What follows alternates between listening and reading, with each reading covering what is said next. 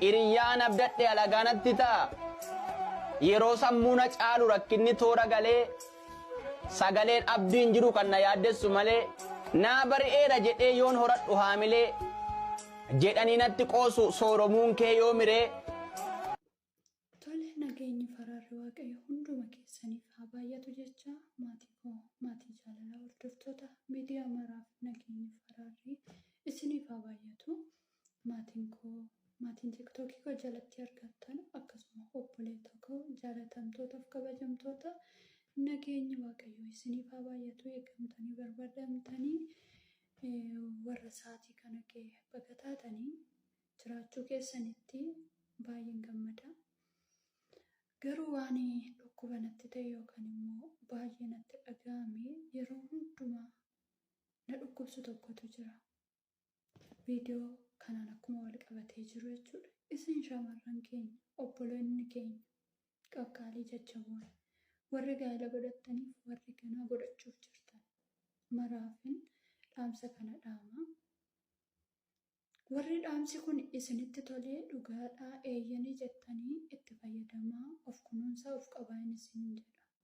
Jalqabaa of qabuun of fayyaduun nama tokko gargaaruu fi of fayyaduu qabda. Ofii keetii cimtee dhaabachuu qabda.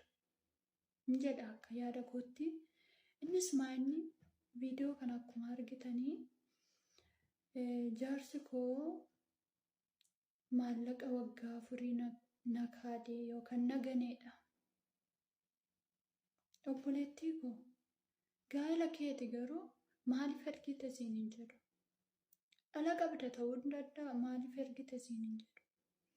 Garuu asumaan dhaamsa warra gaa'ela qabdanii fi warra ganaa godhattaniif yookaan immoo ganaa wal asubsiifachaa wal janachanachaa warra jirtaniin asumaan dhaamsa wallaalummaa tokko isiniif dhaama. Ani obboleettiin keessan akkas jechuun isinii jalqaba. Asumaan jalqaba obboleettii keenya fi obboleettii koo ija ittiin boossu kana sammuu ittiin of dhiphistu kana ittiin hojjedhu. Kan darbe darbatanii jedha Oromoon. Kanaaf kan darbe darbeera. Garuu isaalbaan kan akkasii godhe gatii dadhabbii keetii nuuf galaa naaf galaa na dhukkubaana keessattuu shamarran keenya warri kaayyoof jettanii manaa baatanii akka hin taanetti yaada keessan maallaqa keessan dafqi keessan karaa irratti badu jechuudha. Otoo sin dhukkubuu otoo rakkattanuu otoo dhiphattanuu irriiba malee akka fiddan nan beeka. Namni wallaal hin jiru. Biyya kana keessa yookaan biyya namaa keessa raftanii otoo hin taane gubattanii haduutti qorratti waa hunda jettaniitu dadhabbii qaba. Namni kamiyyuu hin beeka. Daa'ima harma uturraan kan hafee jechuudha. Ijoollee keessan boosisaa. Maatii keessan haati keessan yoom dhufta si yaadeera mucaa koo yooman si arga otoo lubbuun jiruu kootu na arge otoo isiniin jettu. Biyya namaa keessa teessee biyya namaa keessatti rakkattee maallaqa kee ol fuutee dhiira kaayyoo hin qabne itti ergita dhukkubsachaa. Namoonni baay'een mana ijaarsa jalqabdanii otoo isin dhukkubuu qo'imee isheen kun balbala naagashiti maskootii naagasha yookaan foddaa naagasha simintoo bitaa laata jettanii itti manatti hir'isuu dhiistanii ofitti otoo isin dhukkubuu dugda keessan hidhattanii mataa keessan hidhattanii hojjettanii too booda galata dhabdu. Maallaa goote maallaa hojjette dubara tumatu bahee hojjeta kanaaf hojjette namumatu deemee hojjeta kanaaf hojjette isiniin jechuu danda'a abbaan manaa tokko tokko. Dhiironni tokko tokko immoo kan dadhabbii isaanii dabarsanii siif laachuudhaaf si kunuunfatan siif yaadan baay'eetu jiru. Obboleettii koo kan darbe darbeera. Hamma boo'icha dhiisi. Ati yoo cimtee kaayyoo qabda ta'e ati yoo waan kana dagachuu barbaadde dagadhuu ta'u maallaqa kee waggaa tokko siinsi jijjiiruu danda'a. Waaqayyo immoo nama sanaaf gatii isaa kaffala. Warreen maallaqni keessan nyaatame warreen miidhamtan hundumtu keessanuu waan kaleessa darberraa baradha. Maallaqa waggaa tokkoo qofaayyuu walitti qabadda. Namni kanaan booda dhufu sin gargaara, si fayyadan seenaa. Kanaaf jalqaba ofii keessa fayyada. Namni maallaqa kiisii keessanirraa harka keessanirraa fuudhuun jiru. Ati lakkii jennaan. Jaalalli maallaqaanii miti. Kanaaf lakkii jechuu baraa. Miidhamaa jirtan yaadadhaa. Nama fayyaduu qofa hin ilaalinaa. Miidhama sin miidhamaa jirtan. Maal keessa akka jirtan, akkamitti akka miidhamaa jirtanii kan beeku isin qofa waan ta'eef. Kanaaf ofii keessaniif yaada. Warri immoo ganaa wal janajjanaa jirtan, wal haasofsiifachaa jirtan, waliin haasofsiifatinaa jechuu koo miti. Yoo dogoggore dhiifama naa godhaa. Garuu wal janajjanuu yookaan wal jaalachuu walitti haasawuun wal fuudhuu miti.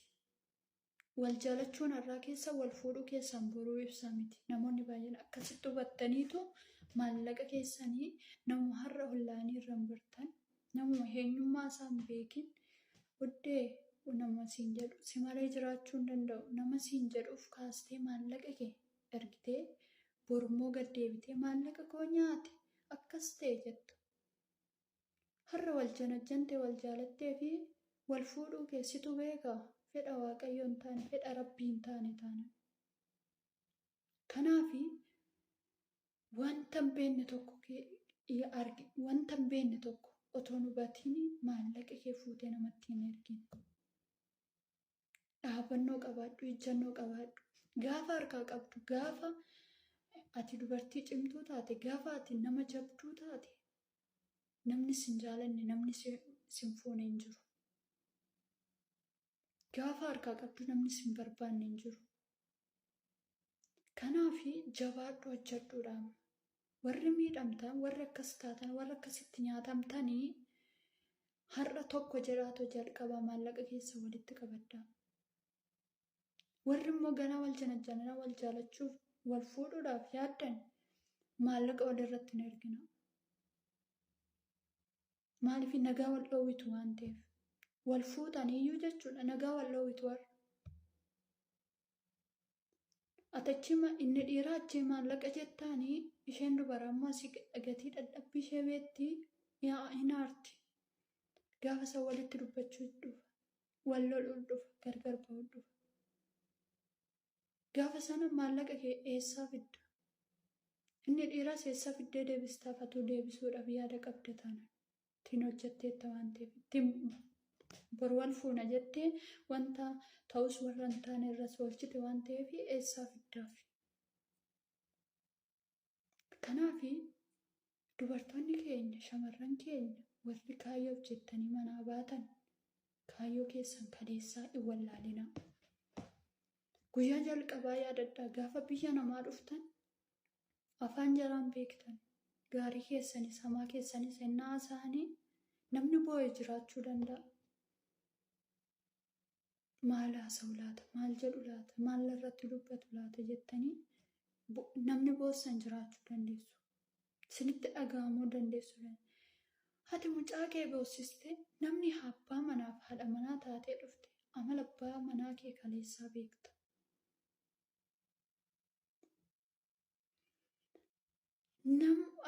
Gaa'ela qabdataa nam mana qabdataa nani waggaa baay'ee turuun waggaa 4 hin ulfaatu. Maal abbaan manaa kee miila hin qabu, harka hin qabu, waggaa tokko iyyuu mana isinii ijaaruu danda'a, lafa isinii bituu danda'a. Waggaa tokko immoo walitti qabadhu. Abbaa manaatii hin galtaa, gaafa galte immoo daa'ima garaatti qabattaa, maallaqa dura hirgitee fixxe waan ta'eef gaafa sana badi yoo siin jedhe daa'ima wajjiniin hojjechuun maallaqa hin qabdu. Gara maatii keetti deemtee jiraachuu fi kaleessa maatii kee hin gargaarre mana kooti jettee akka barbaadde taate hojjechuun maallaqa of harkaa hin qabdu. Maal goota?